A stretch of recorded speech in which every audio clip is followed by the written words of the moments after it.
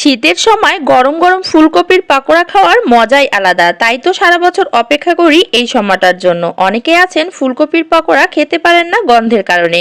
আজকে গন্ধ ছাড়া ফুলকপির পাকোড়া বানিয়ে শেয়ার করব, আশা করছি ভালো লাগবে। তাহলে চলো রেসিপিটা দেখে নেই।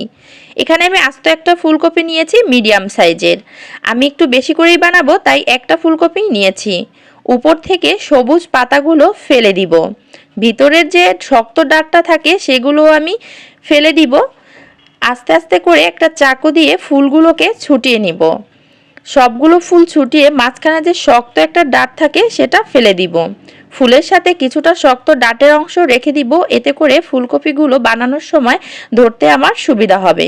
তো যে ফুলগুলো একটু বড় ছিল সেগুলোকে আমি মাঝখান থেকে কেটে এভাবে ছোট করে নিব।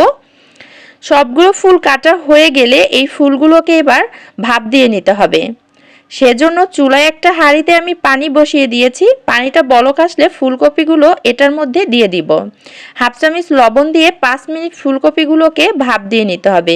এতে করে ফুলকপির যে এক্সট্রা একটা গন্ধ থাকে সেটা চলে যাবে। ছাঁকনির সাহায্যে ছেঁকে ফুলকপিগুলোকে এক সাইডে রেখে অন্য একটা পাত্রে আমি 1 কাপ বেসন নিয়েছি। কোড়াগুলো ক্রিসপি করার জন্য দিয়ে দিয়েছি এখানে 4 টেবিল চামচ পরিমাণ চালের গুঁড়া। চাইলে কিন্তু এখানে কর্নফ্লাওয়ারও দিতে পারেন। সেই সাথে হাফ চামচ হলুদের গুঁড়া, 1 চামচ মরিচের গুঁড়া, স্বাদ মতো লবণ, 1 চামচ আদা বাটা, 1 চামচ রসুন বাটা, হাফ চামচ গোলমরিচ গুঁড়া। এবার একটা হ্যান্ড মিক্সারের সাহায্যে ভালো করে উপকরণগুলো মিশিয়ে নিব। অল্প অল্প করে পানি দিয়ে একটা ঘন ব্যাটার তৈরি করে নিব।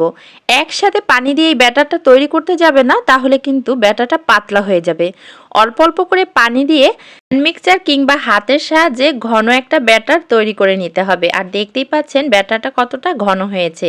এবার ভাপ দেওয়া ফুলকপিগুলো ব্যাটারের মধ্যে দিয়ে হাত দিয়ে ভালো করে মিশিয়ে নিব ফুলগুলোর সাথে, যাতে প্রতিটা ফুলের সাথেই ব্যাটারগুলোকে মেখে থাকে।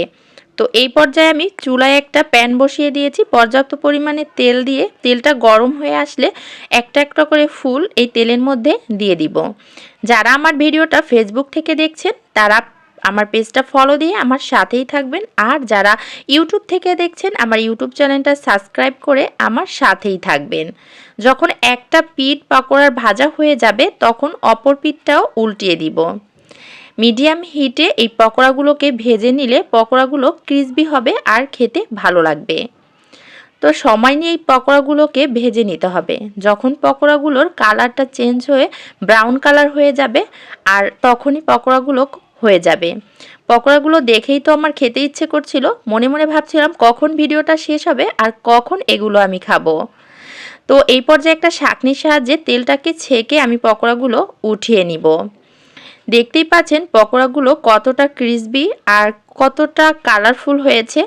পকোড়াটা দেখতেও যেমন লোভনীয়, খেতেও কিন্তু দারুণ হয়েছিল। ভিতরটা নরম আর উপরটা ক্রিসপি। টমেটো সসের সাথে ডুবিয়ে খেতে দারুণ মজা হয়েছিল। পকোড়াগুলোর প্রতিটা কামড়ে কামড়ে মশলার ঘ্রাণ বের হচ্ছিল, কোনো ফুলকপির গন্ধ ছিল না। তো এভাবে কিন্তু বন্ধুরা তোমরাও ট্রাই করতে পারো। আমার 4 বছরের ছেলেও কিন্তু অনেক মজা করে খেয়েছে। তো বন্ধুরা আজকে এখানেই বিদায় নিচ্ছি। আল্লাহ হাফেজ।